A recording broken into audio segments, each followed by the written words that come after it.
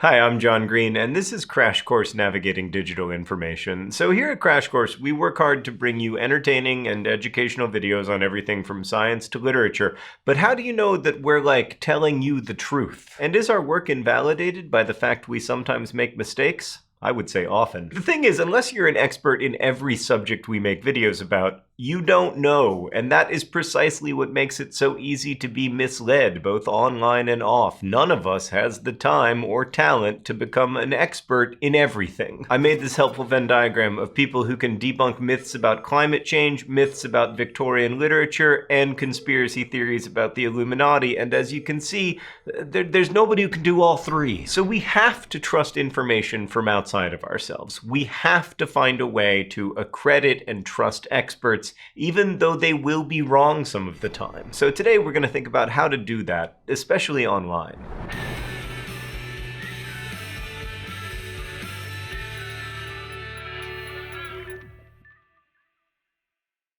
So whenever you open an app or a website, you see information and content that was made somewhere by someone. With lateral reading, or leaving a site to find out what others say about it, you can learn who that someone or group of someone's is. But when we try to learn more about a person or organization, what should we be looking for? Well, before putting your trust in a source, you need to explore two more things: the authority of the person or organization presenting the information, and their perspective. When I say authority, I mean one's recognized knowledge or expertise on a topic. Like famed primatologist Jane Goodall is an authority on chimpanzees. Dwayne "The Rock" Johnson is an authority when it comes to lifting heavy objects repetitively. And also, he is the greatest actor of his generation. Slight side note, I once met Dwayne "The Rock" Johnson, and I know he looks ripped in movies and stuff, but in real life, he is so ripped. What were we talking about? Right, authority. If you want to tell if a source is an authority on a topic, you need to leave the source. Because nobody's going to be like, I am not an authority on this topic, but here, listen to me blovate.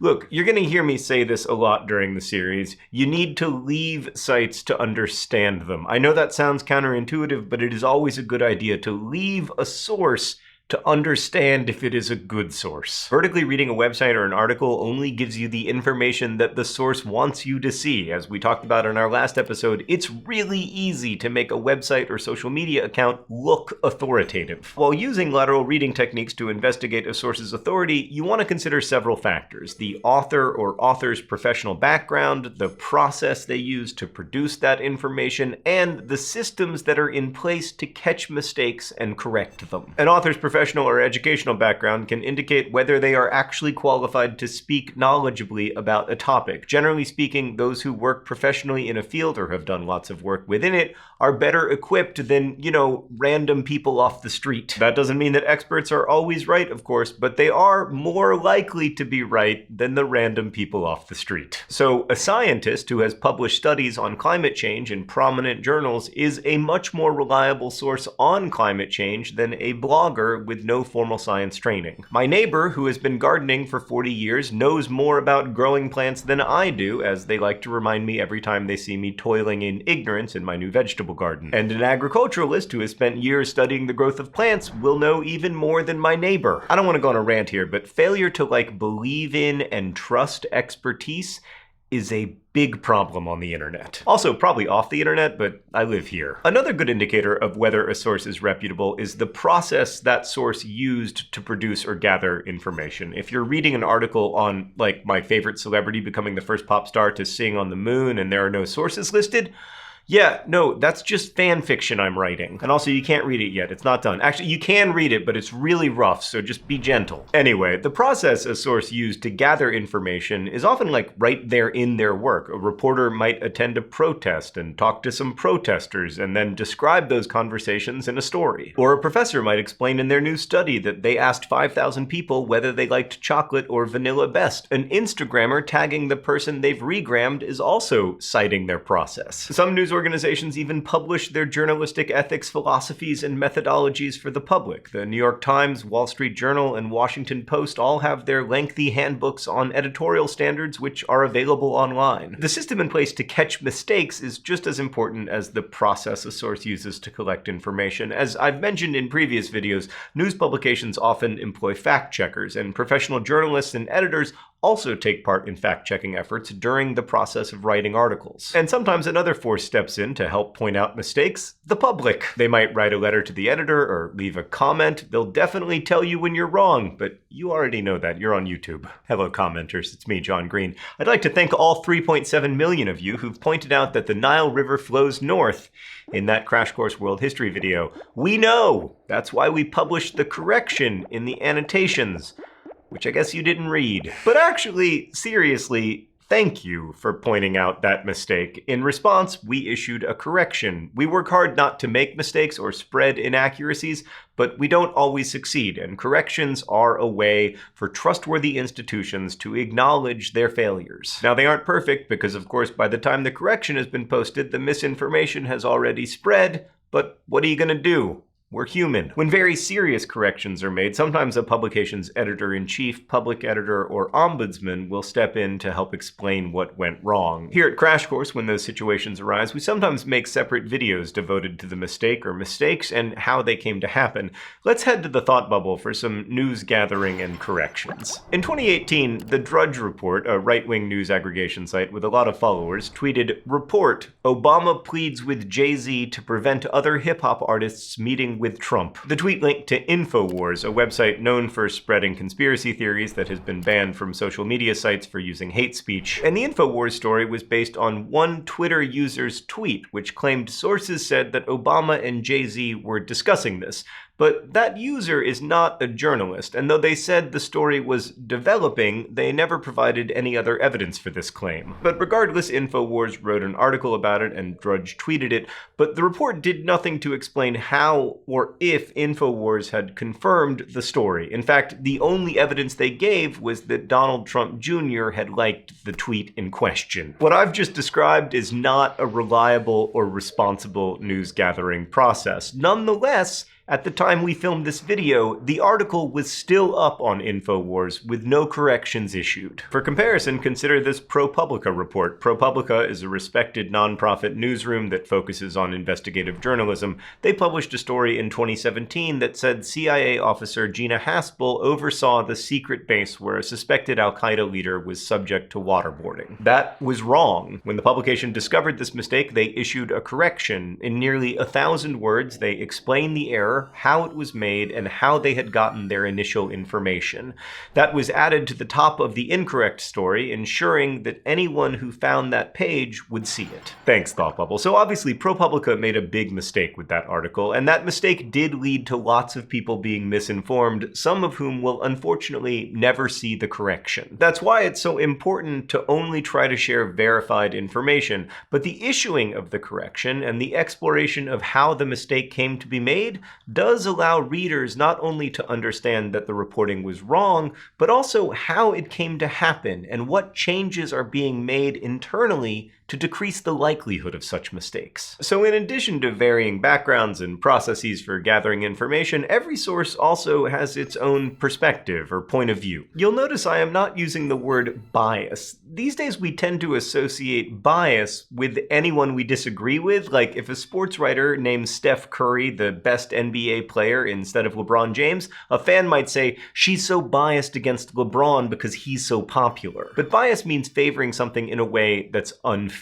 I don't think everyone unfairly preferences some things over others, but everyone does wake up each morning with a particular perspective on the world due to their lived experiences. Rather than dismiss a source because their background might make them supposedly biased, use the knowledge you learn about them to understand their perspective. Consider their reason for sharing that information. How might their perspective influence what they're sharing and how they do it? Basically, I am proposing a radical idea for the internet called empathy. Like, take for instance the American Enterprise Institute and the Center for American Progress. They're both think tanks, or groups of experts that provide analysis and research on various topics and policies. A slight side note, the term think tank does come from actual actual tanks. It originates from military jargon used in World War II to denote a safe place to talk about strategy. But right, the American Enterprise Institute is a conservative think tank. Many of its leaders are well-known conservative figures. The Center for American Progress, on the other hand, is a liberal think tank. It's similarly tied to well-known liberal figures. They both clearly have different political perspectives, but that doesn't mean we should immediately reject any report or research they release. We just have to take their perspectives into account when we receive their information and consider how it might influence the content they produce. Perspective extends to other sources too, like news organizations. Opinion pieces are typically written with a specific perspective by people outside a news organization,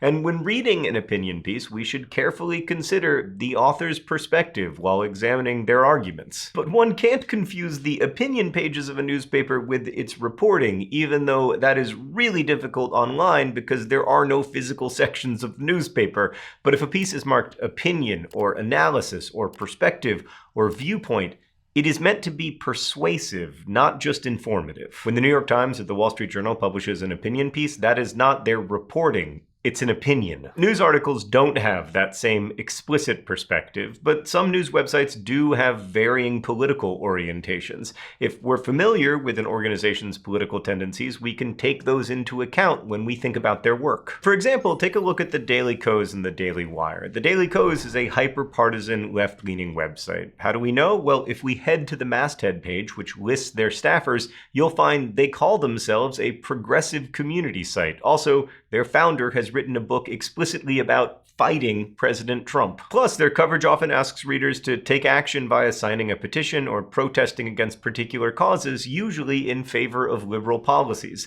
This tells us that their perspective is strong, and it will almost certainly influence how they present the news. On the opposite side of the spectrum, the Daily Wire is a hyper-partisan right-leaning site. It describes itself as an irreverent news and commentary site for a new generation of conservatives. On his YouTube channel, founder Ben Shapiro calls himself a conservative political pundit, and his podcast is described as savagely irreverent conservative. They may not ask their audience to take direct action as frequently, but they're very clear on their political bent. This tells us that their perspective is also strong, and it will also almost certainly influence how they present news. When reading articles from either website, we must take their views into account, and remember they may be presenting information in a way that aligns with their political beliefs. And if you think about it, considering other people's perspectives should not feel like revolutionary because you do it all the time in real life. When a new Mountain Goats album comes out and I call my brother to tell him that the most important piece of music in human history has just been released, he knows I am speaking to him from a particular perspective. A correct one. He's not going to dismiss my enthusiasm for the Mountain Goats' brilliant lyrics or artful musical storytelling, but he will dial it back to what a normal person might think, and maybe even check to see what reviewers thought of the album. As if Pitchfork knows anything about the Mountain Goats. I am the world's leading Mountain Goats expert. Is a good example of how not to act. That's what this is all about. There is so much information online, both good and bad, that in order to sort through it, we need to stop and think and look around. We read laterally to find out who is behind information, and then we seek out specific information about those sources, their authority, and their perspective. And each bit of information we get about a source is like a piece of stained glass, and once it's all put together, it becomes a lens through which we can view their claims and arguments. That makes us better at understanding what information is reliable and what information, in turn, we should pass on, not only to the people who are here now, but to the people who will come after us. It also makes your life more colorful. We're going to be diving into a very colorful place next time on Crash Course Navigating Digital Information. Well, figuratively colorful. Literally, it's quite black and white. Wikipedia. I'll see you then. Thank you for watching Crash Course, which is filmed here in Indianapolis, Indiana, with the help of all of these nice people. For this series, Crash Course has teamed up with MediaWise, a project out of the Poynter Institute that was created with support from Google. The Poynter Institute is a non-profit journalism school. The goal of MediaWise is to teach students how to assess the accuracy of information they encounter online. The MediaWise curriculum was developed by the Stanford History Education Group based on civic online reasoning research they began in 2015. If you're interested in learning more about MediaWise and fact-checking, you can visit @MediaWise on Instagram. Thanks again for watching, and thanks to MediaWise and the Stanford History Education Group for working with us on this project.